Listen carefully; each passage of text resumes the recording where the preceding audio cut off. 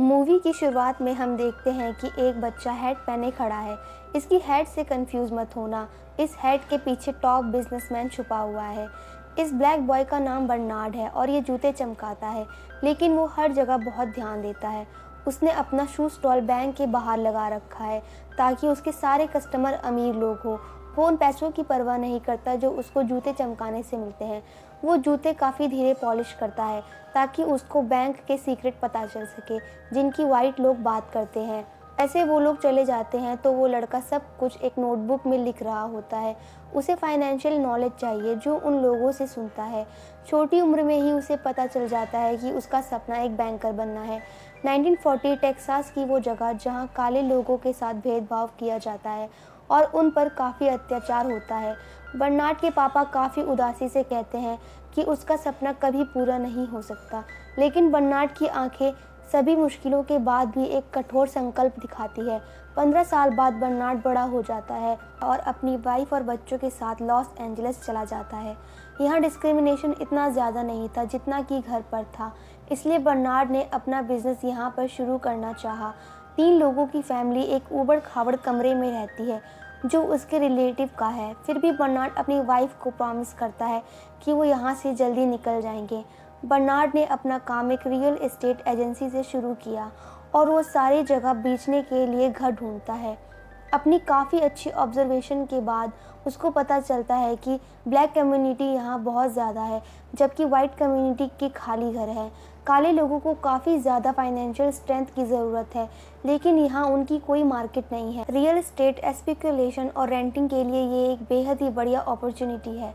Bernard एक white apartment देखता है जिसके फ्रंट डोर के पास काफ़ी घास है जो कि अच्छी कंडीशन में भी नहीं है। फिर भी वो उस लोकेशन का फ़ायदा देखता है जो ब्लैक एरिया से दूर है। वो घर के ओनर के पास जाता है और कहता है कि वो घर मुझे बेच दो।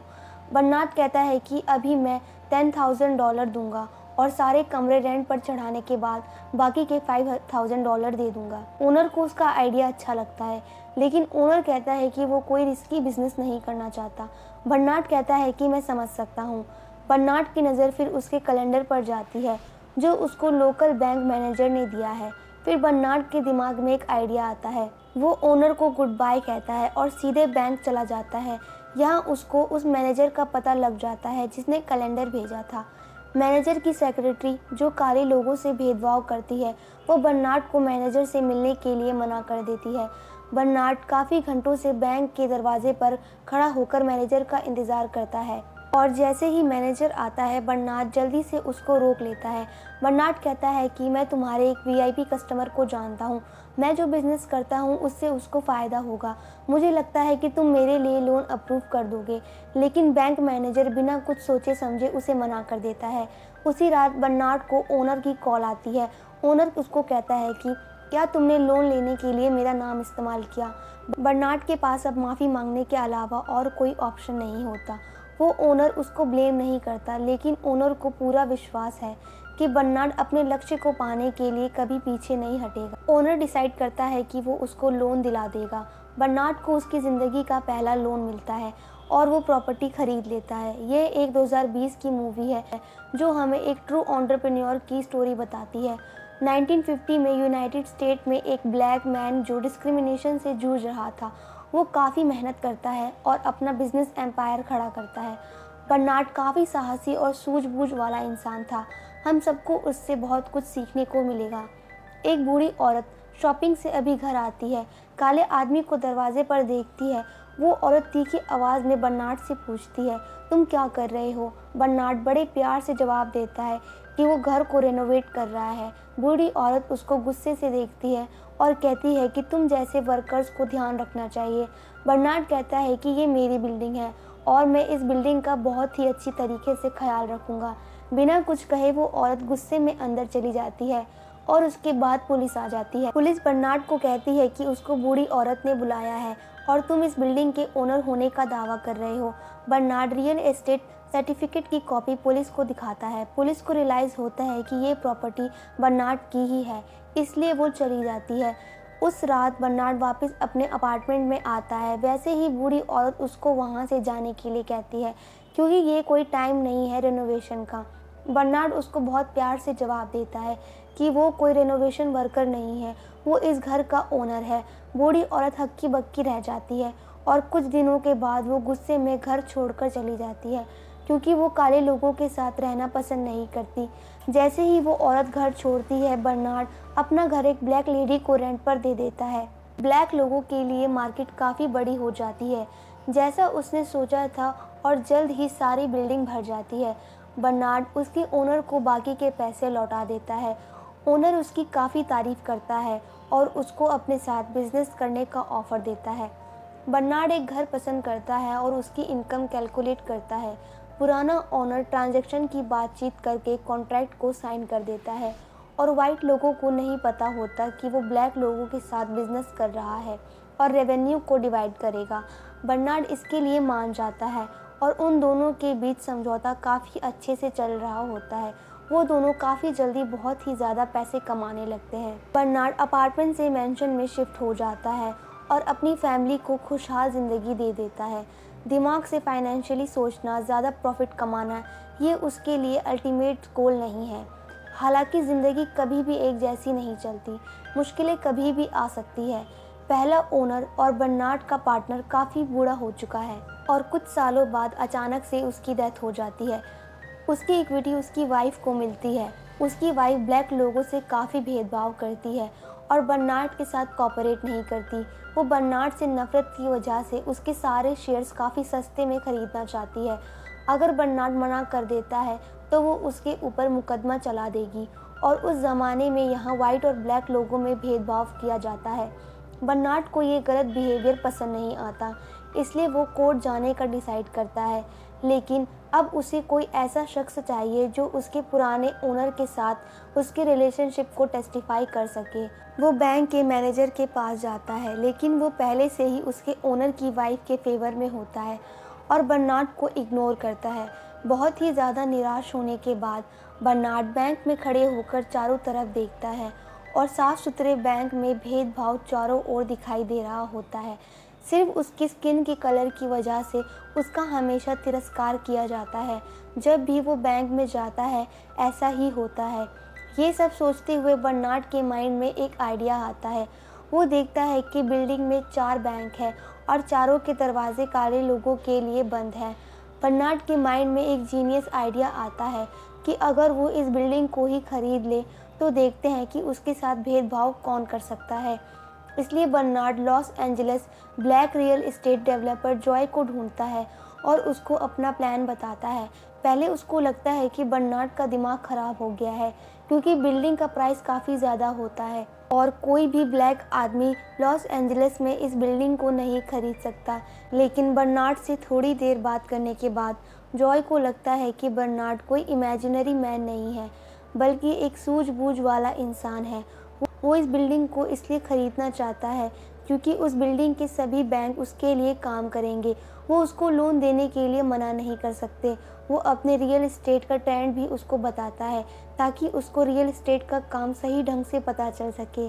जॉय बर्नार्ड के आइडिया से हैरान हो जाता है, लेकिन उसको लगता है कि ये आइडिया काम तो ज़रूर कर पाएगा। जॉय काफ़ी ज़्यादा अमीर है, वो भी वाइट लोगों के अंडर काम करता है।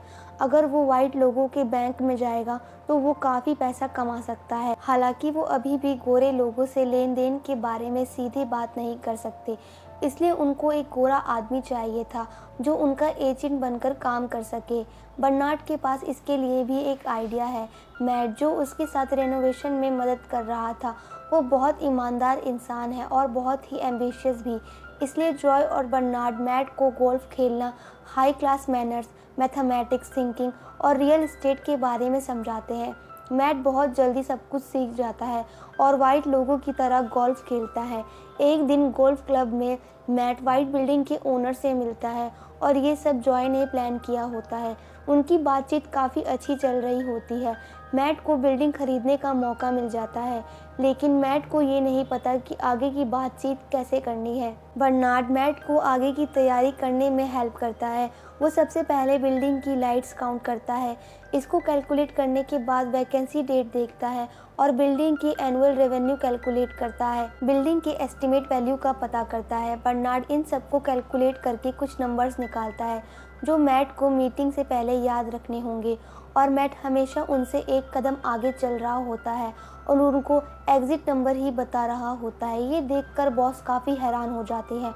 उसके साथ एक अकाउंटेंट भी होता है जो बिल्कुल चुपचाप बैठा होता है, क्योंकि उन सबको लगता है कि वो एक बड़े मैथ जीनियस से मिले हैं। और आखिरकार बर्नार्ड को वो बिल्डिंग मिल ही जाती है जिसका असली प्राइस 2.4 मिलियन है। जब भी बर्नार्ड बैंक के अंदर जाता है या बाहर आता है तो सभी बैंक के प्रेसिडेंट उससे हाथ मिलाने आते हैं। बैंक का मैनेजर, जिसने बर्नार्ड के लिए चीज़ें मुश्किल कर दी थी, वो ये सब देखकर शॉक्ड रह जाता है। और बैंक के सपोर्ट से जॉय और बर्नार्ड का रियल एस्टेट का बिजनेस काफ़ी ज़्यादा बढ़ जाता है। उन्होंने लॉस एंजलिस में वो बैरियर तोड़ दिया है जो गोरे लोग और काले लोगों को अलग कर रहा है। काफ़ी काले लोग अब गोरे लोगों के बीच में रहते हैं। कुछ सालों बाद 1963 में बर्नार्ड अपने पापा ब्रिटेन से मिलने वापस टेक्सास जाता है। डिनर करने के बाद ब्रिटेन बर्नार्ड को कहता है कि मुझे तुम पे गर्व है। अगले दिन बर्नार्ड अपने बेटे के साथ शहर में घूमने जाता है। वो उस बैंक के बाहर खड़ा होता है जिस बैंक के बाहर वो शू पॉलिश करता था।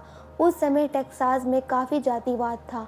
वो वहाँ एक छोटे लड़के से मिलता है जो शू पॉलिश करने का काम कर रहा होता है, जैसे कि बर्नार्ड अपने बचपन में किया करता था। बर्नार्ड काफ़ी हैरान हो जाता है जब वो देखता है कि वो लड़का सिर्फ गोरे लोगों के शू पॉलिश कर रहा है।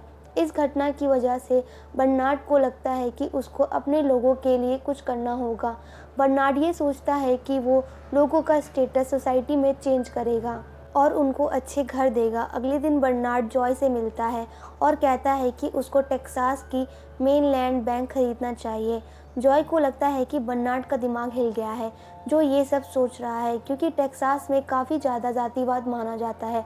बर्नार्ड जॉय को काफ़ी अच्छे रीज़न्स देता है कि उनको ये बिल्डिंग क्यों खरीदनी चाहिए और आखिर में जॉय मान जाता है। बर्नार्ड मैट को इस प्लान में शामिल करता है और उसको फ्रंट मैन की तरह इस्तेमाल करता है।